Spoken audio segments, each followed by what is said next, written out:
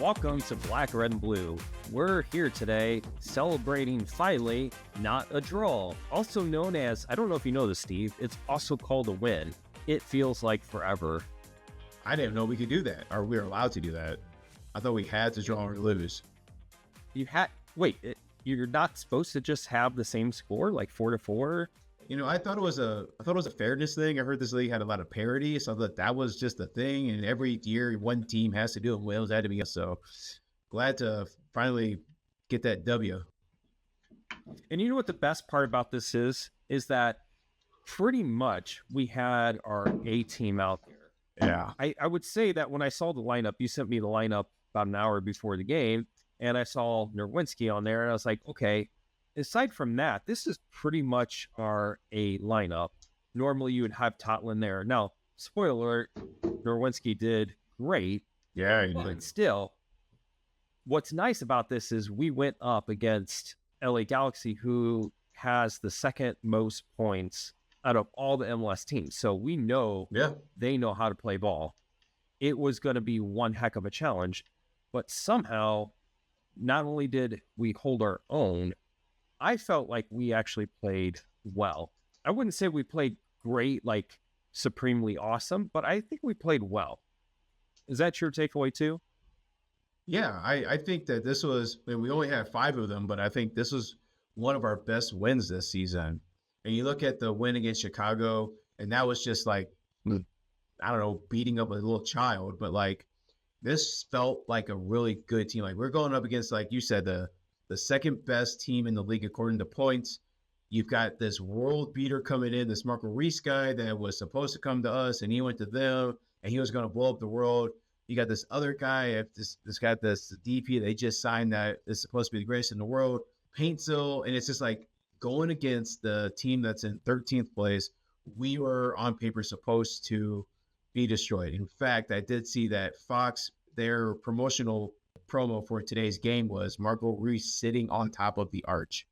That was how they advertised this game, was that he was dominating the whole city. He was a giant on the arch. Like they blew him up to the point where it looks like his legs were about to touch the bottom of the arch and he was chilling on it. And that was our participation in the promo for this game. And we shut him down. We shut him down. He was one of the lowest ranked players on the field today. So we did great. And I'm pretty sure this is his first game with him. And I don't know. I agree. Like he was non-effective. He was a non-factor largely.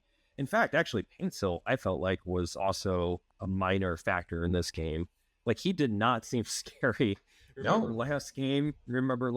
Oh my. Burn. Just Back to the Future. Yes. With the flames behind the wheel. Yes. It was insane. Yeah. It was getting up to like 20 miles an hour. So it was just flying down the field. And now it all got locked down. So it felt good to watch this soccer match. It didn't feel like a job. It felt good. I think we can say that. Yeah. So obviously, Royce and Paintsill were basically kept in a box for the most part. We're just going to start out with the big thing here. Who was your big standout for this game? Not necessarily the man of the match, but the one that you're like, wow. I mean, can we just give it to the back line? Like, honestly, the entire back line was dope. Like, Kessler looked like the daddy long legs that we were advertised. Hebert was amazing. Nerwinski held his own. Like, he definitely wasn't bad.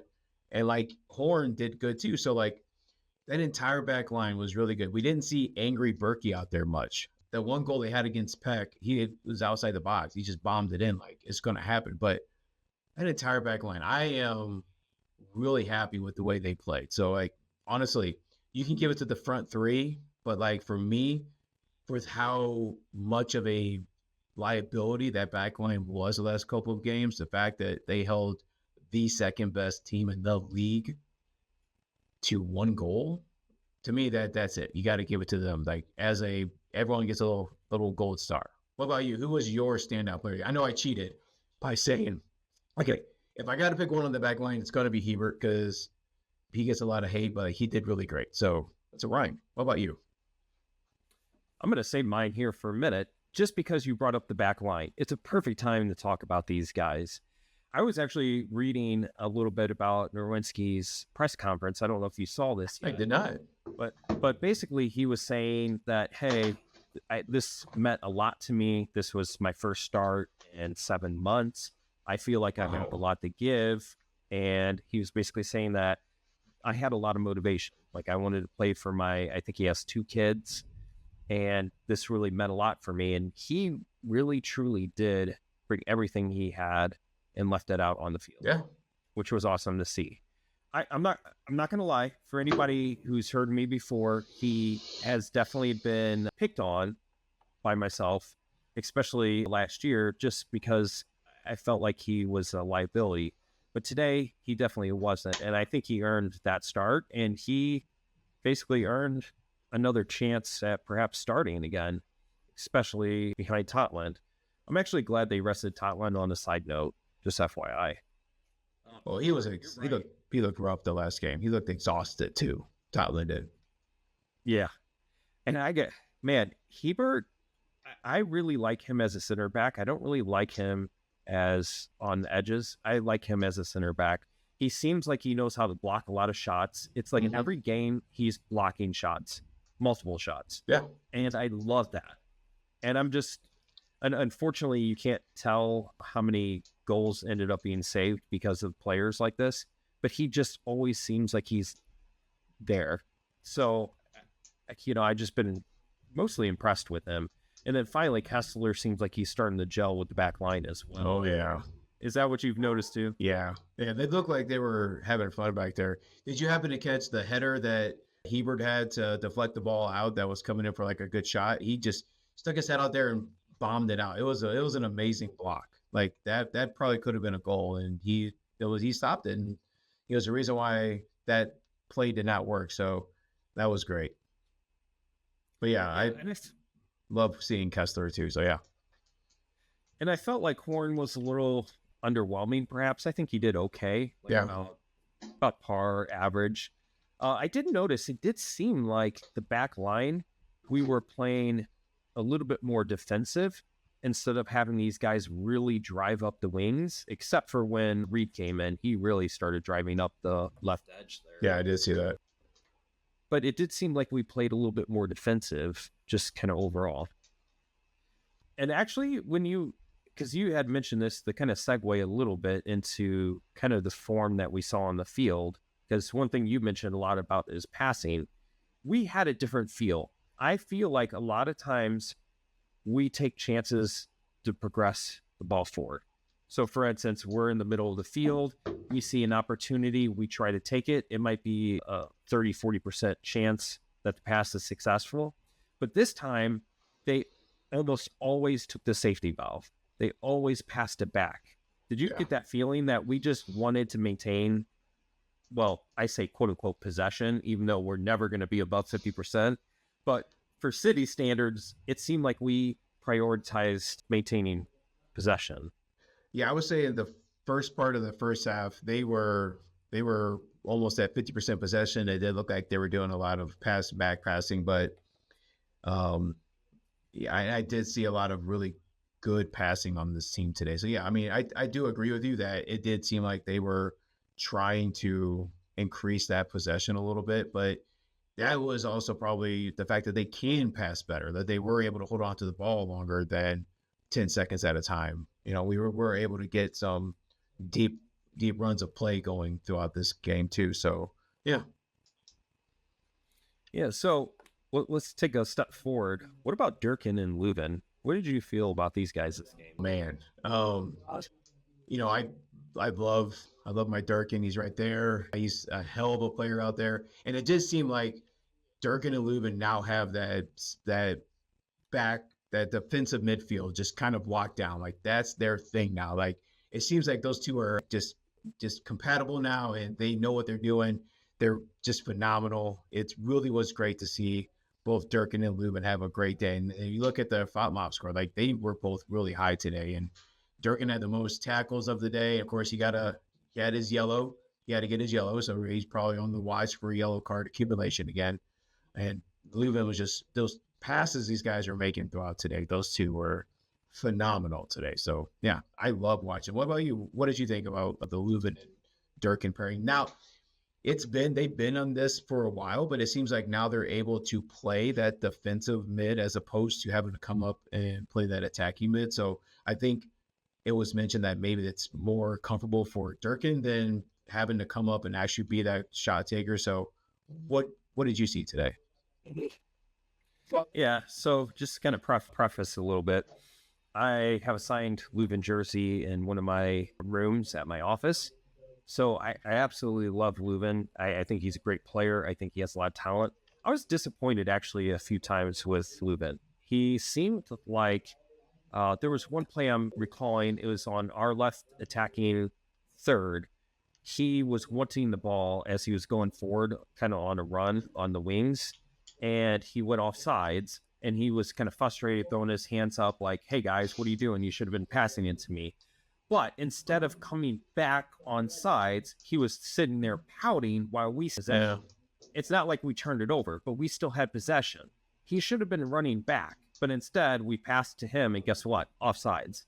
Yeah. And I saw that quite a few times, and I'm like frustrated. I'm like, come on, man. Like, we have a new team here. We're trying to play for something. Give me a little bit more effort. Sure. Yeah. I was a little frustrated a little bit. Now, that being said, he's still one of our best players. He's one of the most creative. Every game, including this one, just how he distributes the ball, especially when we do kind of more the medium range / long balls, he's just got a great feel for that. And it's great. I agree with you. Him and Durkin, man, they seem like they are starting to lock in well. Yeah. They are a true double pivot. Leuven goes up. Durkin's very comfortable. He knows where Leuven's at. He falls back. And like you said, Durkin now is starting to creep forward more with Leuven, and Leuven's comfortable covering the more defensive roles. Yeah. It's really nice because it gives a very dynamic flow to the midfield that I don't think we had earlier this season. Oh, God, no. No. And I feel like Blom does not pair well with either of these two. Just saying, don't hate me, people, but there's a reason why he's on the bench. Yeah, he wasn't even on the bench today. Oh, yeah, well. Right. Figured on the sideline, yeah. On the doghouse, yeah. Yeah. So, yeah. Okay. Now I have to ask you about the attackers. I'm going to kind of group these guys together. And we're not going to hit the subs yet.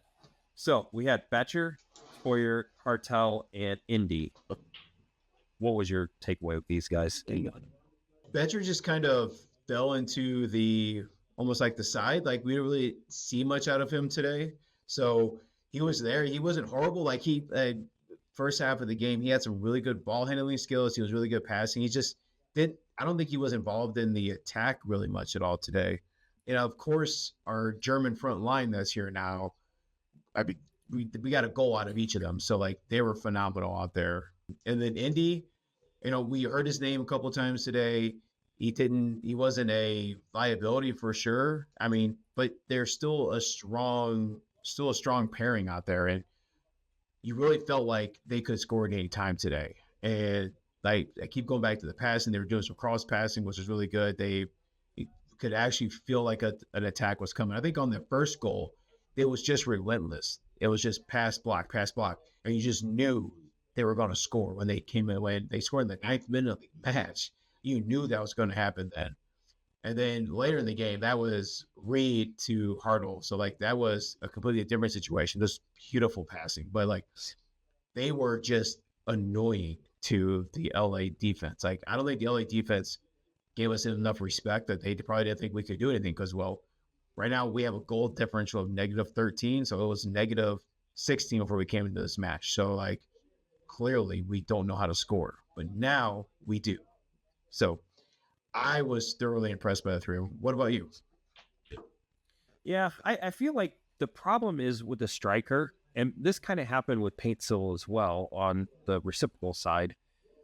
But the problem is a lot of times you don't hear much from the striker if you don't really get the ball to him. So I felt like with the Portland game, it felt like we were constantly in the box. We were constantly taking shots. Here, we had I don't recall what the stats were, but it was a low number of shots. So in reality, you're not going to see a lot from him, except for maybe some defensive plays, because ultimately your striker is what starts the press. Yeah. So I don't blame this on Simon Betcher at all. Sure. Like, I don't think he played bad. It just, the opportunities weren't there as much for him, which is unfortunate. It just is what it is. Right. So like apparently he was at the same time he had the most accurate passes for today, and he was the most fouled player on the pitch.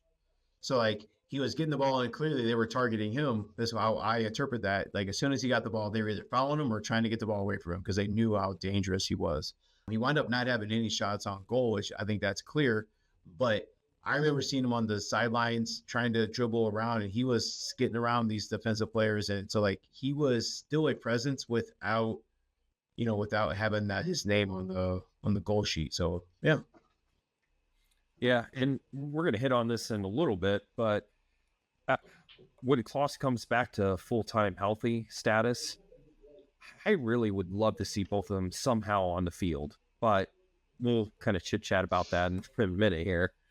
So I agree with you. Hartel and Teuchert, like, they both had a goal, so it's like they automatically almost get, like, bonus points because of that.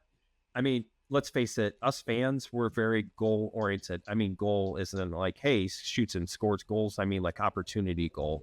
We're very, very opportunity/goal-oriented. So when we see that production that results in goals, we automatically think a player did better than they may have done. But, and that being said, that Hartel, that Teuchert is always contributing. I've really, really enjoyed watching Teuchert. I felt like he not just this game, but even Leagues Cup and the Portland game, I feel like he's always involved. Hartel, I've noticed that he seems like oftentimes he takes off on defense a little bit.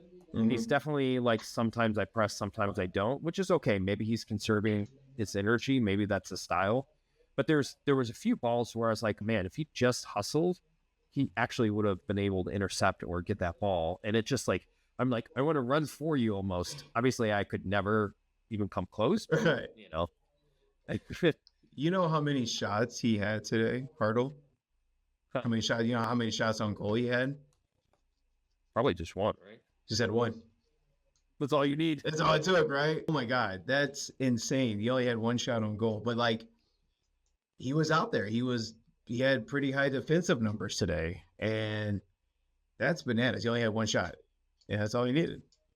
But like, isn't it? That was perfect too. Oh my God, we talked about that before we started recording. Like, Reed had a perfect pass into him, and he just stuck his right foot out and barreled it right past the goalkeeper. That was insane. It was a hockey deflection play, right? Yes, it almost looked like an accident. Yeah, the winger throws the puck into the middle, into the the area in front of the net, and you just kind of deflect it right in, Oh, the slot. That's the word I was looking for. There we go. Slot right in front of the net. Got to have the correct hockey terminology, otherwise we're going to get tons of hate mail. Don't the hockey fans come after us. So let's talk about Indy and then the substitution, because I had texted you, I think it was around the 55th minute, somewhere around there. I was like, I actually want to see Thor come in. And I know, as much crap as we talked about Thor, I did not like him as a striker at all. But as a winger, I'm actually okay with him. Sure. And I felt like Indy was slowing down. He was gassed if he was just running out of energy or what. But I was like, okay, man, this just feels like a good Thor moment. And honestly, Thor pairs pretty well with Teuchert and Hartel, in my opinion. As a winger, not a striker, please. Yeah, he came on. He was a fine substitution. He didn't mess up. He didn't really have many opportunities, but like, of the three substitutions that came on right there, Thor and Klaus, I think none of them had a huge contribution, but like, of all of them, Klaus had the biggest, because you could see he came right out and used his body and his size against the defense, and they just could not handle that. He was frustrating them. They were complaining out there. He was blocking. He was drawing fouls. he got a yellow card for the really nasty slide on the going out of bounds, and like he made himself present. He wanted to show the fans of St. Louis, this is why I'm still here. And like, even though he came on, it's getting his getting back in shape. I was really impressed with when I of him I saw. Like, almost really good to have him out there too. But it's just like, where are we going to put these guys out? Now we have a numbers problem. You know, it's like we don't have to rely on all these guys anymore. Now it's insane. And you're right. What are we going to do with all these guys? So what did you think of like Klaus and Alm and Thor coming on? Because like, yeah, I mean, we all saw him come on. Yeah, man, it was like a reunion tour, getting an old band back together. And, you know, all we just need is Allstruck and poor broken leg Celio join in. I know, I miss that guy. It's tough, right? Because, like, even let's talk about Celio for a second. Like, let's say this is next year, everybody's healthy. Where do you put people? Right? Like, it's got to be Celio, Hartel, and Teuchert as a 3, right? But that means Indy, Thor's on the bench, which is fine. Like, that's amazing bench, right? Yeah. And then you have the striker controversy. Like, holy crap, do you put Betcher in or do you put Klaus in? Maybe it's a good thing. It's always good to have a striker controversy because that means you have 2 people who could be in that position. Right. It's better than having 1. What's better than 1? Having 2. Right. Yeah. I can't wait until this offseason to see what we do with player movement. You know, Celio's locked into like what, 27 or so. I mean, he's our youth, and I do think you got to have him out there as a winger. Like, that's he's a passer. That's what he does. But like, yeah, Klaus and Betcher. What do we do with like 4-4-2? This just have them both out there at the same time. One of them's the false 9. What do you think? Like, but let's say you do the 4-4-2, right? You got the 4-4-2, and then the 2 up front, Betcher and Klaus, which would be amazing. And then if you did the diamond, you would probably have Teuchert, Hartel, Leuven, Durkin, I guess. Yeah, you have to. You got to have Dirk out there. So I guess you could probably get away. Who am I missing? Oh, yeah. And then next year, if you have Celio, where does Celio go? You literally don't have room for these guys. I think what might happen is you're going to have to, you can't have both Betcher and Klaus out there. One of them's going to have to be your bench guy and one's going to have to be your starter, especially with Celio out there. He was our best player before he got hurt. I like that problem. After this year, imagine that. Imagine the biggest complaint going into next year is, where do we find minutes for all these guys? Like, that is phenomenal. That is, oh my God, that is such a good problem to have. I dig that. I mean, great problem. Yeah. Yeah, man. Yes. I don't know. So I'm going to put you on the spot, Steve. We got to do this. This is fun. Okay. Nice. So next week, assuming Klaus is full strength, do you start him and bring Santa back to the North Pole, or do you start Betcher? You got to start Santa, because I bet they're going to start Parker. So you got to have both those guys out there. You got to have Klaus trying to score on Parker and Parker trying to stop him. That's the storyline. That's the big storyline. And then Longlegs on the back 9 trying to stop everyone else. Like, the storylines are writing themselves here. I would say, especially if he's healthy, for sure. He's one of our DPs. You're paying him the big cash. As soon as he's healthy, he's going out there anyway. But the storyline is Parker v. Klaus. That's it. Yeah. And so how is that? Yeah, I want to see Klaus also, because I want to see if, now that he's healthy, what are we going to see? Like, I like the energy he brought out. I don't know if you noticed, he played a little less of a false 9, and he was starting to make runs in the box. Oh. He was actually stationed in front of the net, like playing like more of a true striker role.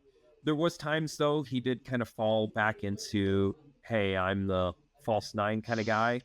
But it was a little bit more, how can I put it? It wasn't just like automatic false 9. It was more intentional, deliberate. I like that, in my opinion. Good. That sounds great. No, I mean, it's just, when we have a win, when things are going well, like, all this seemed to be working well today. And I really want to see Klaus out there if he's healthy. He seemed like he was running fine. He seemed like everything was struggling. He even went airborne and took a shot to the hip, and it looked like he was going to be broken. Got up and ran on down. So my little 29-year-old baby, get on out there and keep running. Like he seemed fine. He seemed now he probably took an ice bath when the game was over, but like he looked like he didn't care, didn't have a care in the world. So let me ask you this, okay? So we're going to go a little bit more in the striker controversy because this is on everybody's mind. So what you had said a second ago is that Klaus is our DP. He's, got the big bucks and all that. Does that mean a player should get started just because they're the one that's receiving the most amount of money? Or do you put the person who is best out there? I would make that decision. I would say if that person is if the DP is say Chikiri from Chicago who just sucks, you sit him because there's no point in playing someone who does not care. Like Shaqiri clearly did not want to be in the MLS. It was just an awful divorce. Klaus is not that guy. Klaus is giving in the effort. He wants to get out there. So honestly, especially if this is turning into a bit of a lost season, you got to throw him out there, show him, let him show everyone what he still has. Becher is our new guy. He can just kind of sit back and relax, especially with Klaus is. He's going to show throughout this week if he can start on Saturday. Like they're not going to throw him out there if he's slow and if he's not right. They're going to say, you'll come in the 65th minute again. But like if he's showing it, he doesn't have to earn it as much as say Becher would have to. He's got that cachet still kind of backed up. So for me, as long as he's showing he is 100% for this year, he's an automatic slot him in with the other superstars. He doesn't for me, he doesn't have to show as much as say Becher would. Becher would have to show out. Becher would have to really show out this week for me to say he gets to start over a Klaus. What about you? What do you think? Yeah, I kind of agree. I would say that if they're equal or about equal, then yeah, I think the guy who is your DP gets to start just because of that fact. Right. Let's just be honest. The other thing is Klaus, even though you can't start him just because of this, defensively, I like him at the end of the games when we're down. I think we've really missed this when we just couldn't close out the games because at the end of this game, I don't know if you saw, he ran from the attacking third and then ran and intercepted the ball near field in the mid. I think it was in extra time if I recall. But he basically won possession because he hustled. Yeah. Yeah. Like he does great defensive moves. The yellow card. Oh my gosh. Well, man, it showed because I think that yellow card is he ran to that guy full force. And I think he was showing, hey, look, I'm back. Yeah. I'm ready to play rough and tough. There is no injury anymore. I'm going to take all you guys out. Yeah. I got that sense today too. Yeah. So, yeah, I think we kind of beat the striker thing, beat this poor dead horse a little bit. The one guy I did want to talk about a little bit is Reed. He came on, what was it, about 65th minute or something like that? Yeah, played 25. How did you think he did? Overall, I thought he did pretty good. I know he had a few passes that were bad, but like he seemed to hustle down and he got the assist for the Hartel goal at the end, and it seemed to be a perfect pass in. He did make some silly moves, but he's super young. I'm trying to look at his defensive numbers right now to see. Yeah, so I mean, he was really not that great on defense, but I think that's why he came on for Horn. Was it that he spotted Horn out? And he was probably there for like a speed change. And that's probably why he was sent out there for the assist at the end. So I do think he's a defensive liability. He should not be starting matches, but he did fine for that. So like I wasn't overly impressed. He had a numbers wise, he had a pretty good game. I would say probably on like the eye test, he didn't really pass the eye test very well, other than the assist with Hartel. What about you? I like what you said about the eye test because I know on FOTMob, I'm looking at it here, and he's a 7.3. So FOTMob, I think it was 6.5 is their starting point, and then you can either go up or down.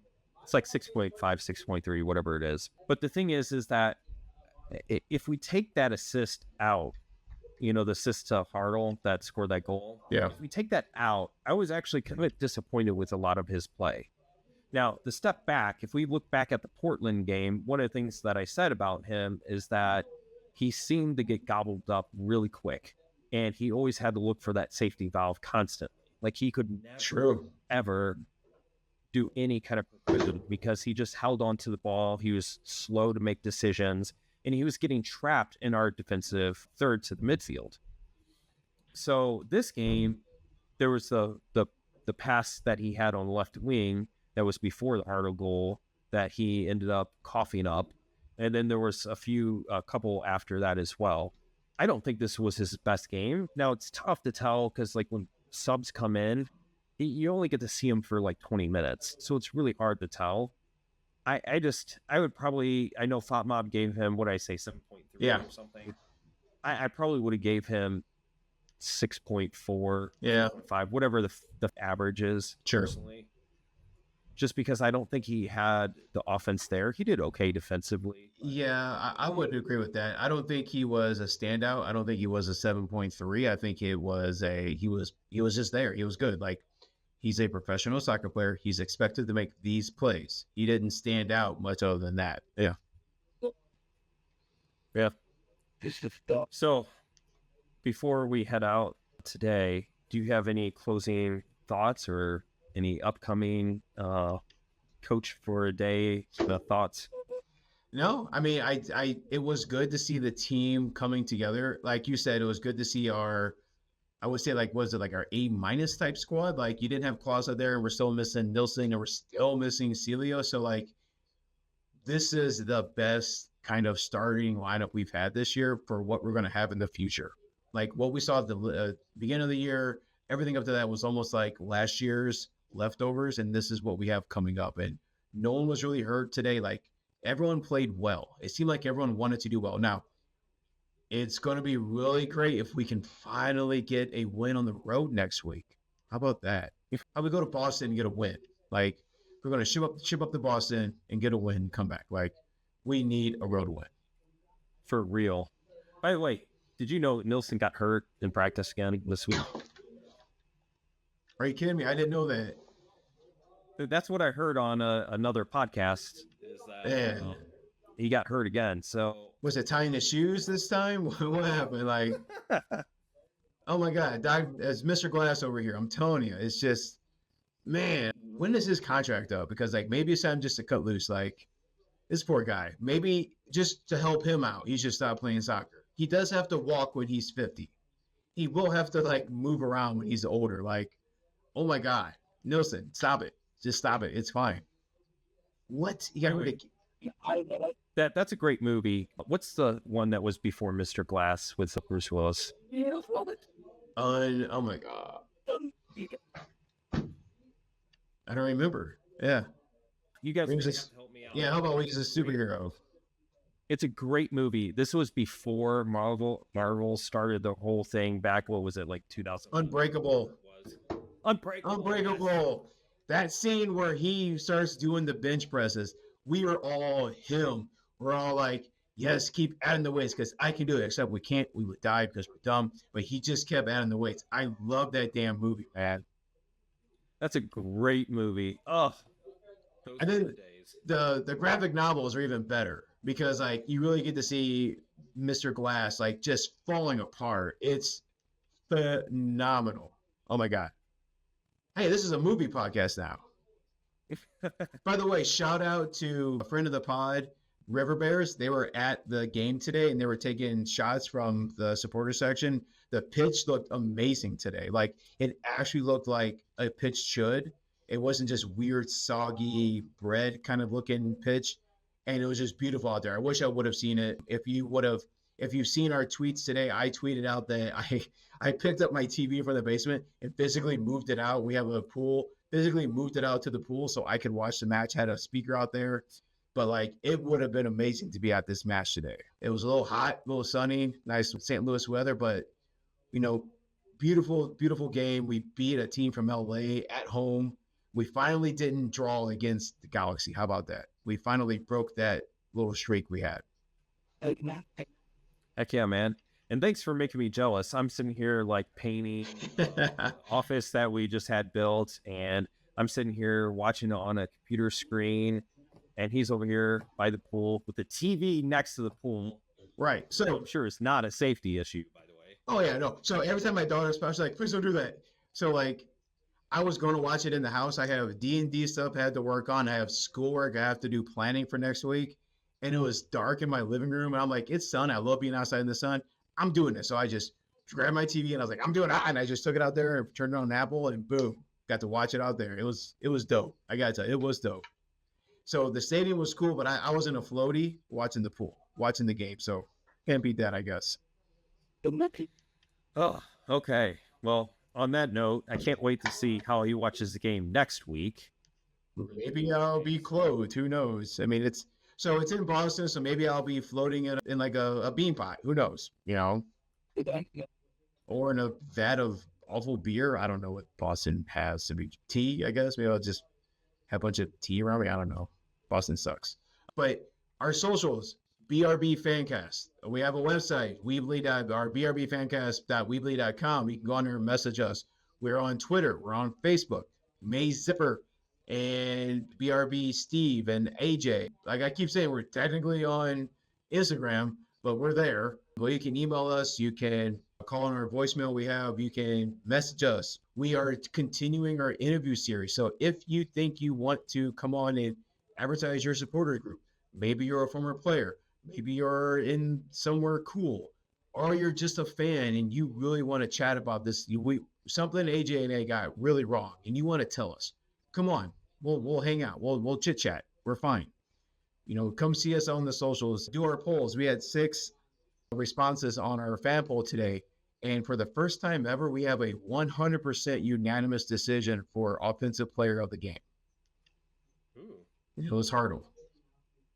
Yep. And that was easy. Yeah. But like, that was really cool to see that pie completely filled on there. So, but the rest of them were kind of out there, but check us out, guys. We want to hear from you. This is your show too. So hit us up. What? All right, Steve, you ready for this? Let's do it. 4. Sure.